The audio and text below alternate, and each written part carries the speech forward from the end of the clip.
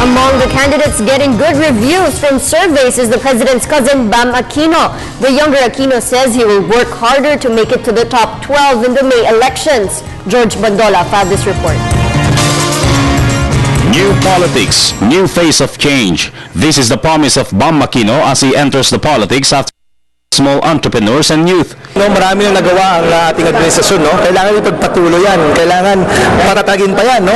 Pero syempre, kahit naman nandiyan na yung mga reforma, meron ding iba pang mga reforma na gusto pa natin gawin o kailangan natin gawin in the next few years para yung magandang performance ng ating administrasyon ituloy-tuloy talaga at yung kinabukasan hinahanap natin, makuha talaga natin, no? So, at this point, kailangan patatagin pa yung mga reforma, dagdagan pa natin yung mga reforma para yung taong bayan talaga maramdaman nila yung kasaganaang hinahanap nila. Bam Aquino is one of Liberal Party's 12-man senatorial lineup.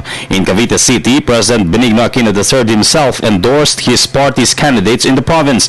Bam says he will immediately push for legislations that will broaden Filipinos' capacity to enter into business and to empower the youth should he be elected. Alam mo, itong ginagawa ng ating presidente, no, na pagsulong ng tuwid dadaan, sa kaduluduluan naman ito, ang pinaka nadudulot nito ay dapat kasaganaan sa ating bayan. No? So kailangan ipasok natin yung mga programa at mga legislatura na talagang magbababa ng mga tulong at kasaganaan sa ating mga kababayan. No? Specifically, mga trabaho. Kasi right now, yan ang hanap-hanap ng mga kabataan natin and especially mga kababayan natin.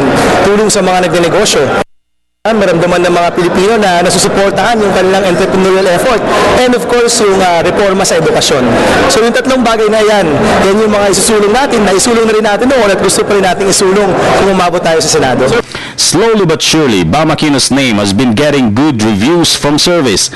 He acknowledges the fact that he should work hard to at least get in to the top 12 before the May elections. For People's Television, George Bandola.